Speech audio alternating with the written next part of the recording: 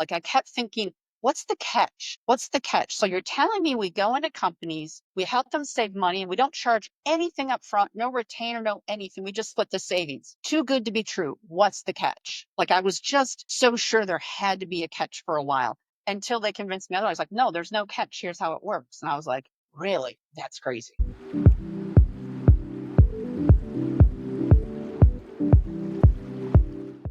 Hey, everybody, and welcome to my podcast. My name is Tiffany Alexander. Welcome back. I'm so excited to have you here. A little bit about me. I'm a super connector. I'm a fund owner. Oh man, I do so many things, but I'm the host of the show. So welcome. This is Unveiling Journeys, and I love networking. I love masterminds. I love meeting new people. I love hearing people's stories, and I love being a megaphone for them. I love sharing their heart. So with that, hear me out. This is what happens when I meet people. They get to hear me, see me, get to know me, and then I get to know them. And I say, "Hey, who do you know that you think I should know?"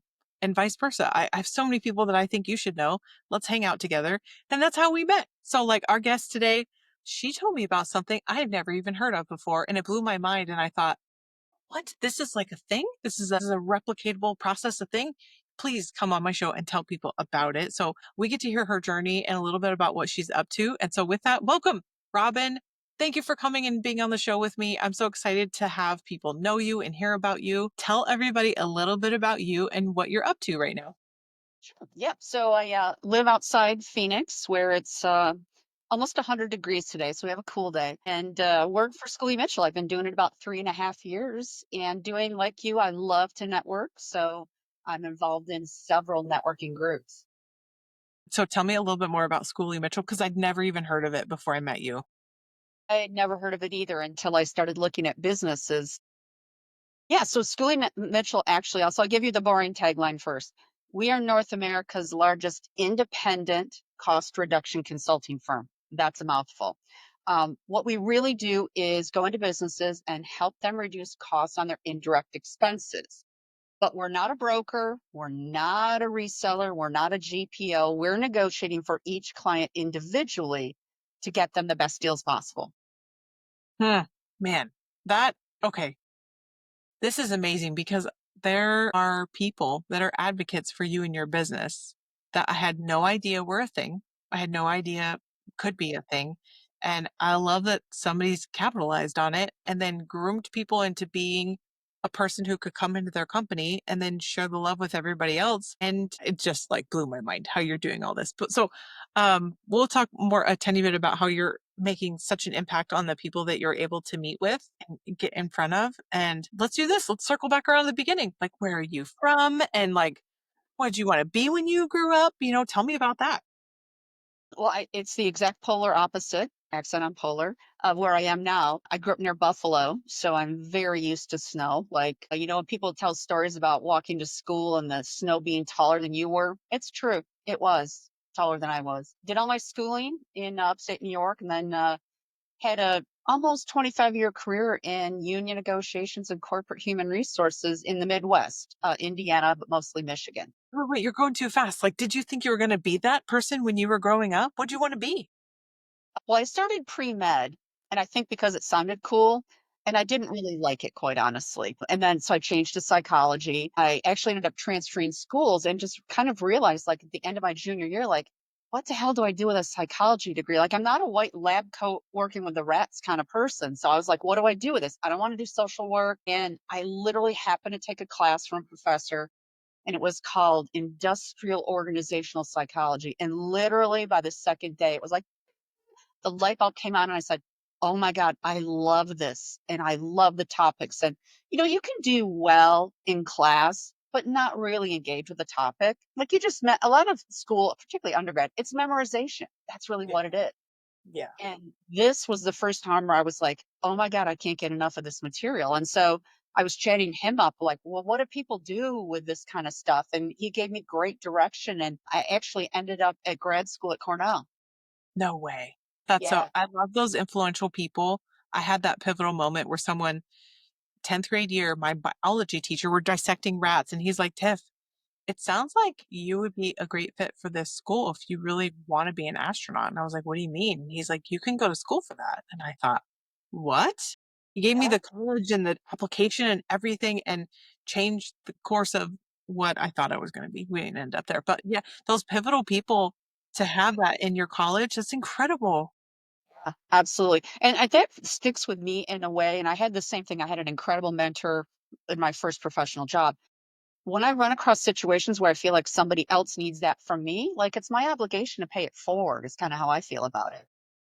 Right. Yeah. Okay. So you get this awesome delving into where you're at in this degree, and then you graduate out, and right out of the gate, you go to work for a union negotiation. Tell me about that. Yeah, I went to work for a large manufacturing company in the Midwest and got literally thrown right into. We were having negotiations with two unions at the same time, one very big with national presence and one very small local. And my boss just goes, "We're going to need to divide and conquer. You're going to go need to handle that." And I'm thinking to myself, I've only ever read about this in a book, and we did one practice exercise. That's my extent of my experience. But nonetheless, we got through it, got completed, everything went great. But he was the most amazing mentor because he knew exactly how much rope to give you. He knew exactly how far in the deep end he could throw you, where you would thrive and survive and not be kind of damaged for life. You're not going to fall down. You're not going to fall on your face. Like he would give you just enough. And I've always been so thankful to him for just for the guidance. Your first job, you know, coming out of grad school, you're like, wow, I don't really know what I'm doing. I know a lot of theory. So there's a lot for people to do for you. But the other thing I think that great mentors do for you. And I jokingly call it like they sand the rough edges off. Like you come out of school and you've got these rough edges. I think my communication style was probably a little bit too direct. I was probably a little bit arrogant. And so just learning how to work with people and have those rough edges really smoothed off. I mean, that's invaluable for all the downside of corporate America. And I could go on for days about the downside. And the positive side is you do get a lot of professional development that you're not paying for. You're getting it for free. Right. Well, that or the school of hard knocks, and it's either going to cost you time or money. So being able to change that, and that's amazing. So you get trial by fire by the most amazing mentor for a first year. Now you're in it for a hot second. Like, what were some of those? I don't know, even little stories being there for so long. Well, I don't know. There's a lot of good and bad in corporate. I guess I'll tell you a funny story. In union negotiations, there's a local union and they're part of a national group. And so sometimes the regional or national will send people in. And it's so funny, it becomes like a theatrical performance. So the local guys pulled us aside one morning. They said, "Listen, the big guys are coming in from the national union. They're going to say a lot of things. They're probably going to make you mad. They're going to pound on the table. They're going to put on a good show. Don't worry about it. Just go with it. Don't get upset. Whatever." So literally they come in and it's like act one, here we go. And they're beating on the table and you're emasculating the union. And we just kind of sat there. My boss was great. He would push back enough just to make it seem real. And then at the end of it, like the next morning that the other guys had left, it was just all of us, that know each other in the room. And they're like, "All right, now let's get back to business." But it's such a performance. And it was a great learning, though, that, sometimes in business, there's more than just two parties at the table, and you have to satisfy a lot of different people, particularly when you're working with unions. Their Wow. businesses, too, I tell people that they take union dues in. They are a business, money in, money out. So you have to, in some ways, treat them like a business. Man, that's incredible. You were on the side to stick up for the rights of the right people and being able to help them get what they needed. And I feel like a lot of those negotiations, they have to happen because it's like disproportionately like, are you kidding me? We're doing this, this, and this. And like, here you guys are. Yeah. So I'm glad you're one of the people on the inside for so long to get some of that stuff accomplished. What happened from there? Like, where did you start to find like the stirring or the open door for you to move on from there? I think it built up slowly, honestly. Coming out of grad school and say the mid-ish, I loved my job. The learning curve was so steep every day. My first day on the job, literally, my boss handed me an office key and he said, "Your office is out on the plant floor. Here's the key. Good luck. Let me know if you need anything." That was it. Trial by fire. Here you go. I loved my job. I couldn't wait to get in every day. I love the people I worked with. That just started to erode probably after the first, I don't know, few years, and little bits at a time.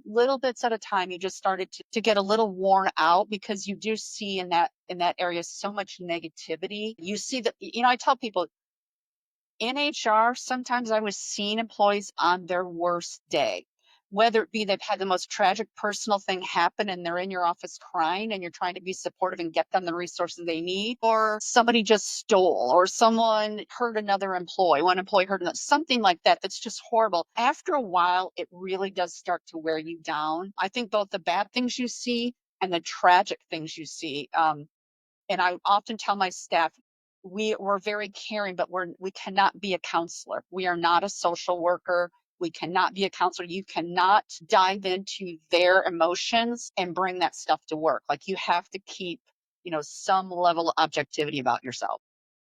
That's tough because I mean, the line of caring versus diving in. Yeah. Yeah. And then over time, again, it just, when you think about how society has changed over the past 20, 25 years. HR now. Yeah, I jokingly tell people when they say, "Oh, well, what did you do?" I said, "Well, that's a fancy way of saying I was the manager at the on-site adult daycare center," because that's what it felt like sometimes. It's like, "Am I running a daycare center? Why do I have to tell these grown six-figure managers, don't touch the stove, it's hot. Don't touch the stove, it's hot." That's what some days felt like, and it wears you out. And then add on top of that, everyone is so easily offended by everything. That woman followed me into the bathroom. And I was like, "You sure she just didn't have to go to the bathroom?" "I don't know. That seems like a logical explanation." Or my manager, was yelling at me. "No, I think your manager told you to do your job. That's not harassment." So it's things like that that have just really gotten way out of control these days.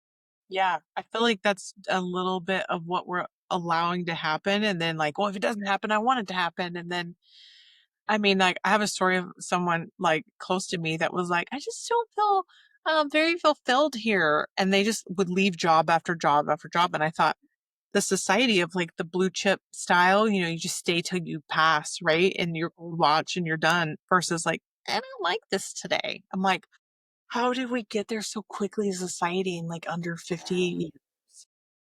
Yeah, it's interesting. I see both sides of it, having gotten laid off a couple times myself.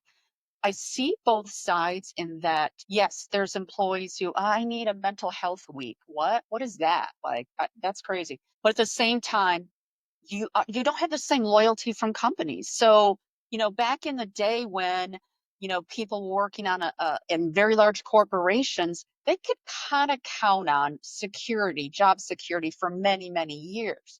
Well, it's that's gotten stripped away. Now companies look back and go, "Well, employees aren't being loyal." Well, where's your loyalty to the employees?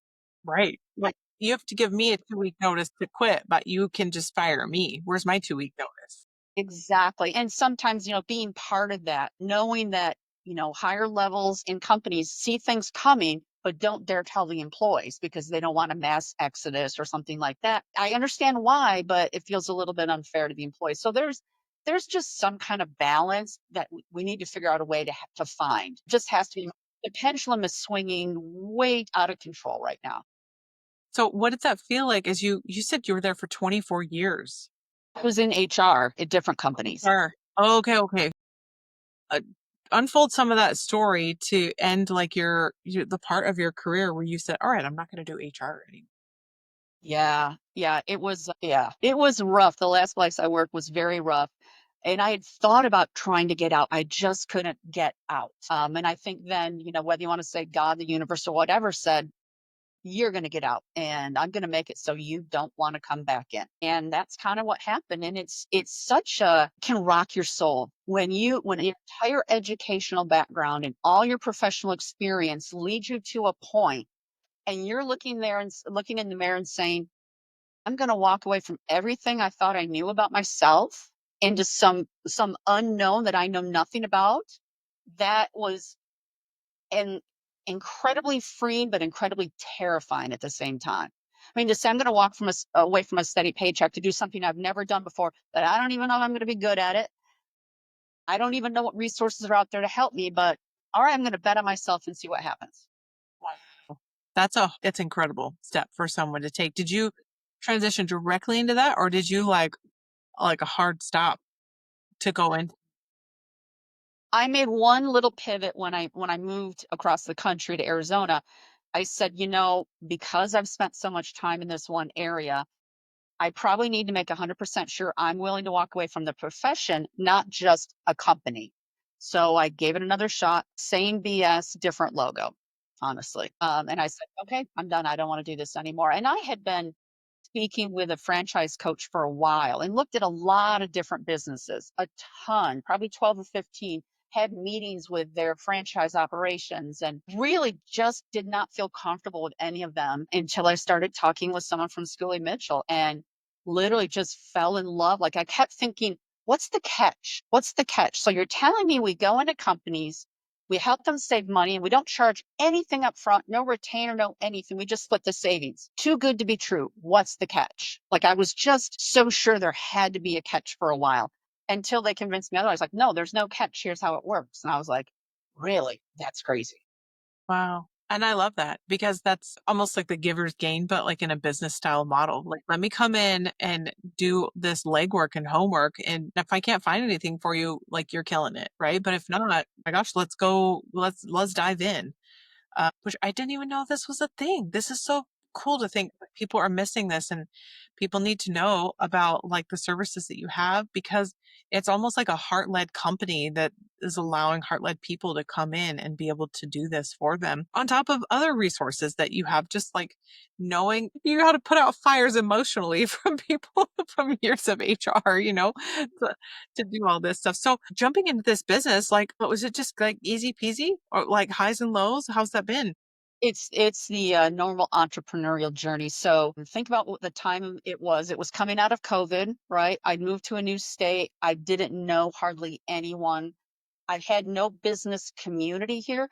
And it's funny, I tell people going from corporate to an entrepreneur, I'll use a Harry Potter reference.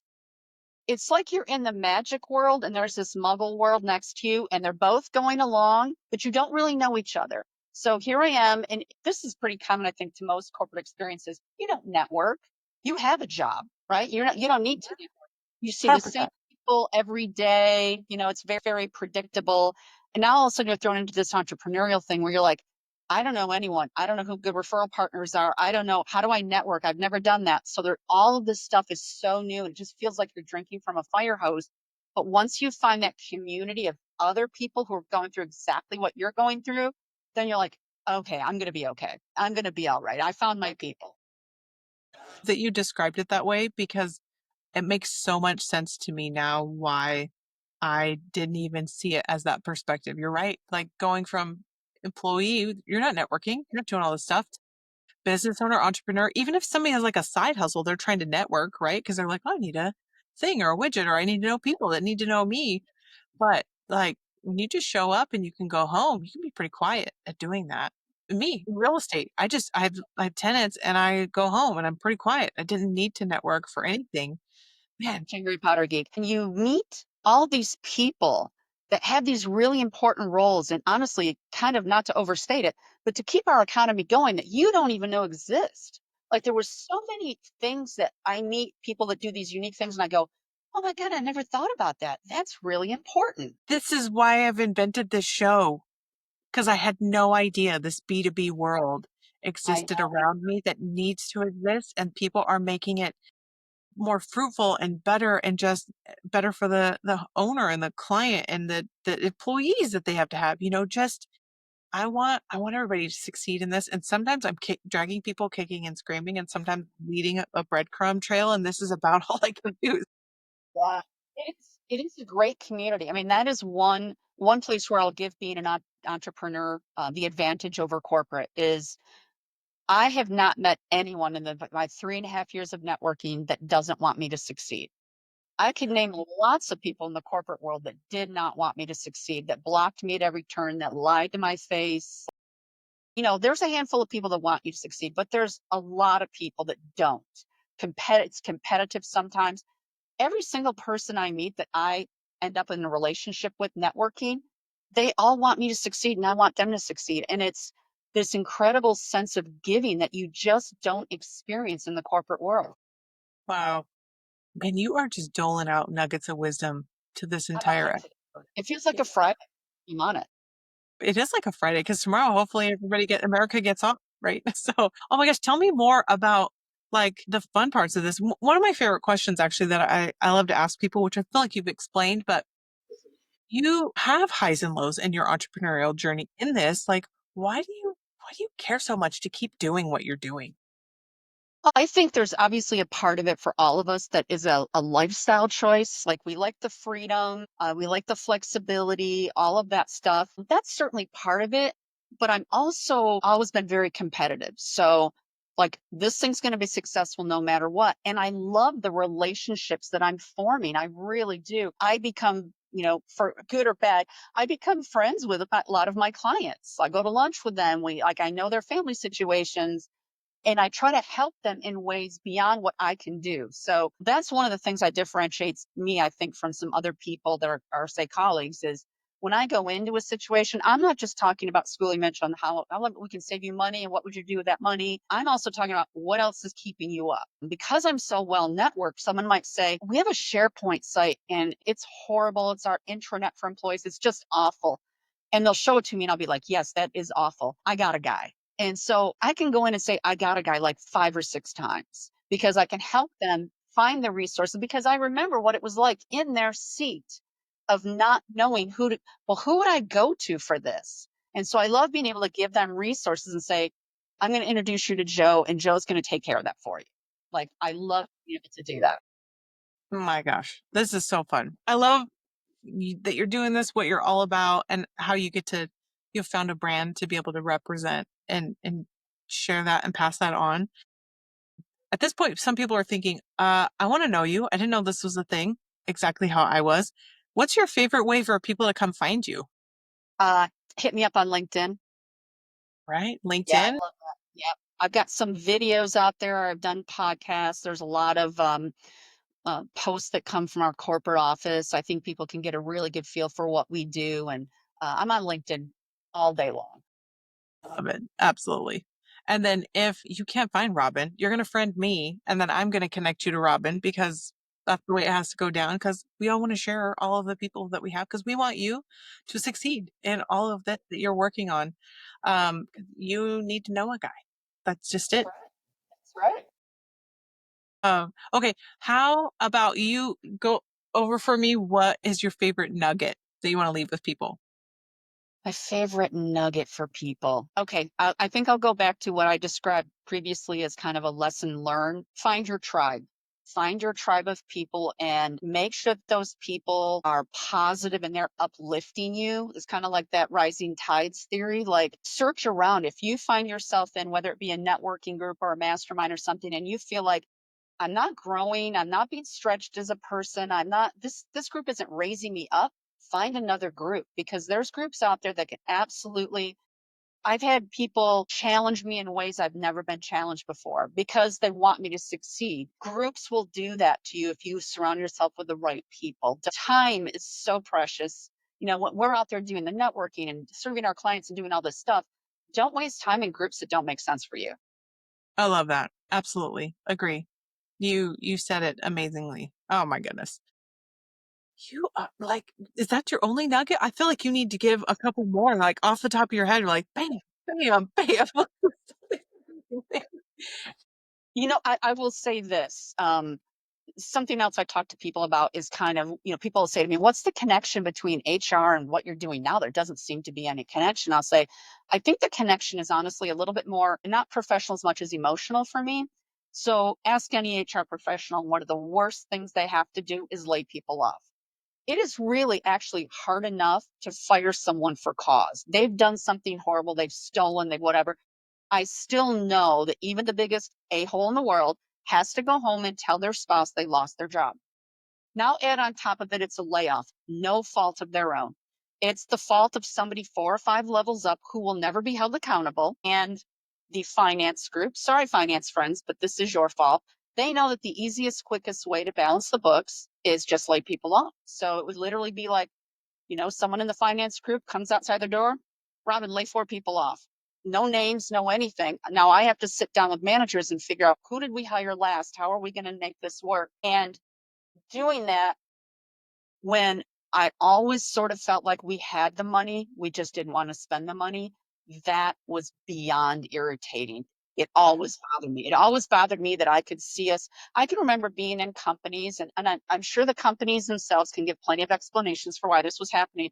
But I remember working places where I was laying people off out the back door and hiring fresh off campus MBAs in the front door. Now, if that doesn't make you lose sleep at night, I don't know what will. Right. So the idea of actually being able to save money, it's not that hard. No organization that I was part of the executive team did we ever say, you know what, let's not lay people off. Let's go off site and see if we can find enough money. Just get us through the fourth quarter, whatever it might be. We never did that. We never did that. If you heard signs that something was coming, every director manager in the building would run back to their office, pull up their Excel budget sheet and go, yeah, I can't cut anyway. There's nothing I can do. I need all of this stuff. There was never a concerted effort to say, hey, I don't want to have to do this. Let's figure out a way to find this money. It's actually not that hard to save money. My goodness, you're on fire today. This is amazing. You've given some great advice. This has been a wonderful show. I'm so grateful for your time that you got to come in here and let me share everything you're all about. I am going to wrap up. Like everybody, I'm so happy you stayed to the end. Come hang out again for more episodes. And then you got to do me a favor. You got to go friend, connect, hit the connect button with Robin. All the little links are in the show notes below. And then I'll see you guys next time on the next show. And thanks again, Robin, for coming and Thank hanging out with you. me So today. much fun. Thanks very much. I love it. All right. Bye.